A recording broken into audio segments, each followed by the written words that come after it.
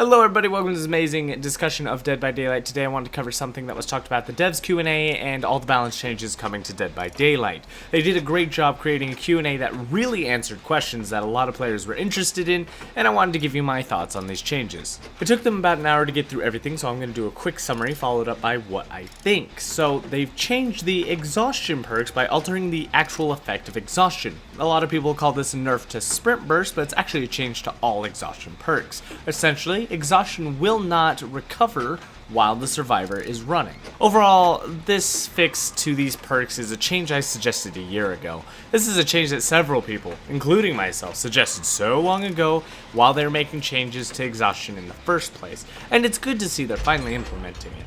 And don't worry kids, these perks are still powerful, however they'll be more balanced as they shouldn't be used twice in a single chase anyways. I mean that's a bit unfair when you proc it twice and the killer's already struggling to catch you through your nasty double window loops. Now they've also mentioned changes to several other perks that are currently never used simply because they have absolutely no function. Some of the perks were even on my top 5 worst perks list, check the description down below. We would have to wonder if the buff would be good enough to compare to these perks to the meta perks, so to judge whether the change is worth it, we need to compare if they're good against Sprint Burst, Self-Care, or Decisive Strike, and whether those perks are still too strong. And that's where the awesome balances come to these other meta perks. We've already covered Sprint Burst change, but they're also looking at making changes to Self-Care and Decisive Strike. The problem though is that they won't release the changes to Self-Care or Decisive Strike with these current perk changes, which means that we won't see a good change in the meta, but it is a nice quality of life as we prepare for that major change to come down later in a couple of months. Self-Care is being reviewed to require that if the survivor does not finish healing themselves completely with Self-Care, then the progress bar will resort back to 0. It is an interesting take on balancing that perk, and I'm excited to give it a try. Honestly, I'm not too sure how that'd play out, but I do notice that a lot of the time I'll stop self-caring to position myself in a safer spot, and I could see this wasting a bit of time.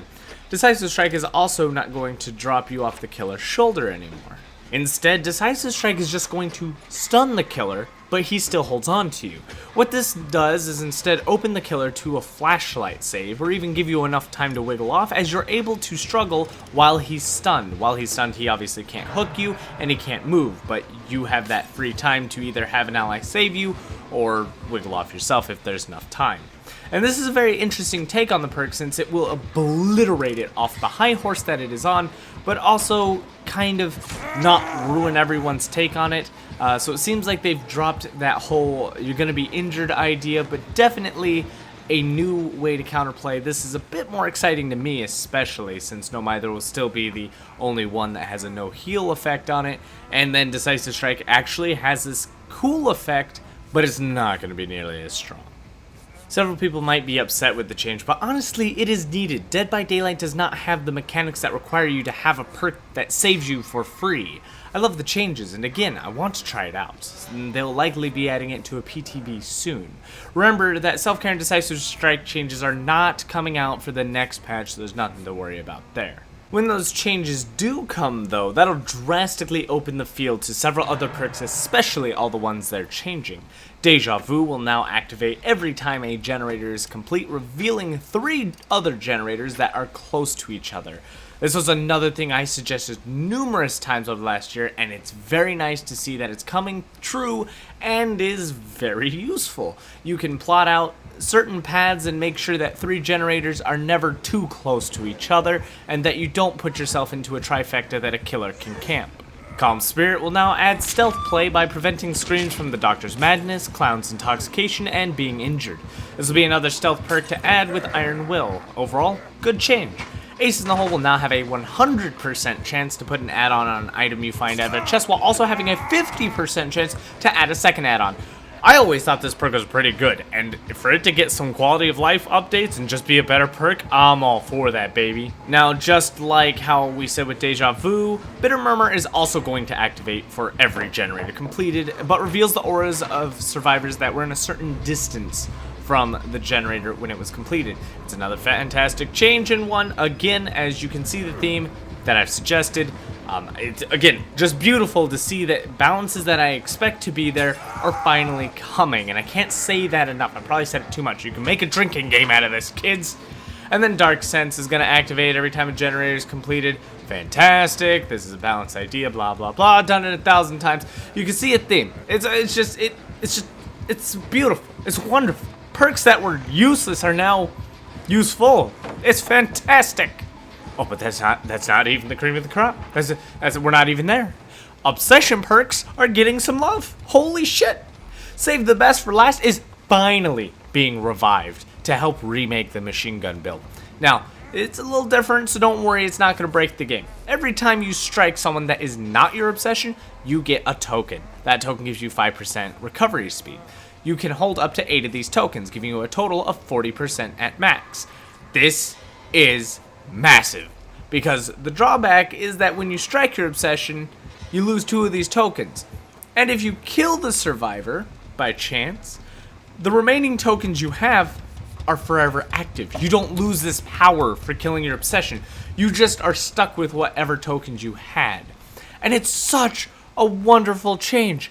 It's just gonna make all the killers that you struggle with so much useful. If that's a word, better. Better's a word. Let's use that one. Like, you don't understand how happy I am to see this. We've needed options as a killer for so goddamn long. Wraith with a 40% recovery on attack. Holy shit! That's something in comparison to a hillbilly chainsaw. It really is. It really is. And I'm very happy. Of course, you still have to strike them about 8 goddamn times to get those tokens up. But I mean, at least it's there, right?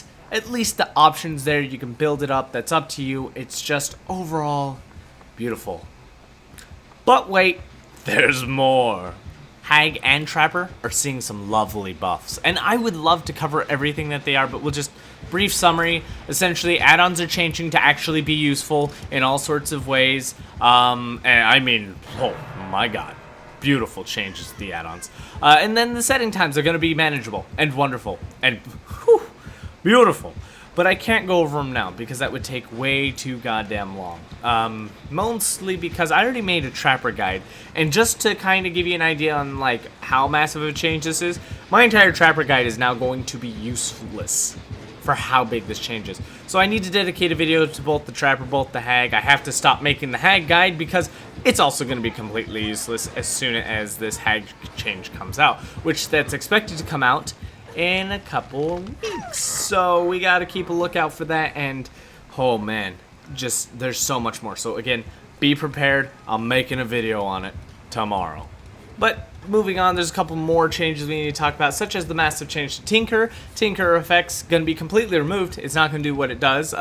Instead, it's going to give you a noise notification, like an explosion as a killer, when a generator reaches 90% completion, and then reduce your terror radius to 0 for about 8 seconds at tier 3. This helps you allow for stealthy approach and is an odd way to play, but it's not bad if you really think about it. With like Hillbilly, if they're about done with the generator and you have no terror radius, chainsaw right to them. Beautiful. Meanwhile, they're also going to buff all killer charge times and wind-up times to be faster, since Tinkerer will no longer be there to make them achieve a higher than intended speed. And this again is another intended buff that they couldn't do for killers before because Tinkerer would break them. Like machine gun hatchets were too strong because you could go above what they really intended, but now they're just gonna at base improve all the killers times, and so that's just a buff to all the killers. It's beautiful.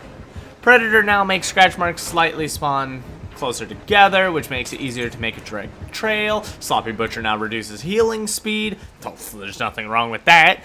And everything is just wonderful. It's the wonderful patch. That's what I'm going to call it. It's going to be a wonderful patch. Everyone's worried about it being ruined. This is what true balance is. This is actually putting the power and choices into the killer's hands. Having perks, other than just the top few, worthwhile. Now, we still need changes to Hex Ruin to not make that a requirement in this game, but out of all the things that have broken my heart about this game for so long, it's finally there's a spark of hope. The light is ignited once again on a very, very broken candle. So remember that they're looking to release a balance patch 1.5 months after every chapter release, and then they release a chapter 1.5 months after that. Essentially, every 3 months is a chapter and a balance patch. So we got our chapter a month and a half in. We're supposed to get our balance patch, which is supposed to include majority of these changes, including the Trapper and the Hag buff. And then we're looking at another week, a month and a half to get the additional changes along with a new killer. So there's a lot of wait time. That's my only problem here, is that we are going to wait a very, very, very long time. But it's nice to see that Dead by Daylight has a chance to bounce out of this hole of balance discord that it's dug itself and return to glory to once a beloved game that nobody claimed like survivors or killers were stronger than another. Maybe we all claim that killers are strong, but that's how it should be. Killers should be strong, you know, they should be a threat. It shouldn't be so easy. But then again, you know, everyone views this game differently, but I'm just happy that on a competitive level, that there's hope for us, and some casuals will be able to enjoy more than just the meta perks too. And with that being said, I'll be working on that in-depth talk with the Trapper and the Hag next time, and we'll even be covering the atrocious tournament debacle that occurred on the official Dead by Daylight tournament. It's a bad story, but we're just covering that tomorrow. Hit that subscribe button and notification bell for those juicy stories, and I'll see y'all next time. And as always, good game.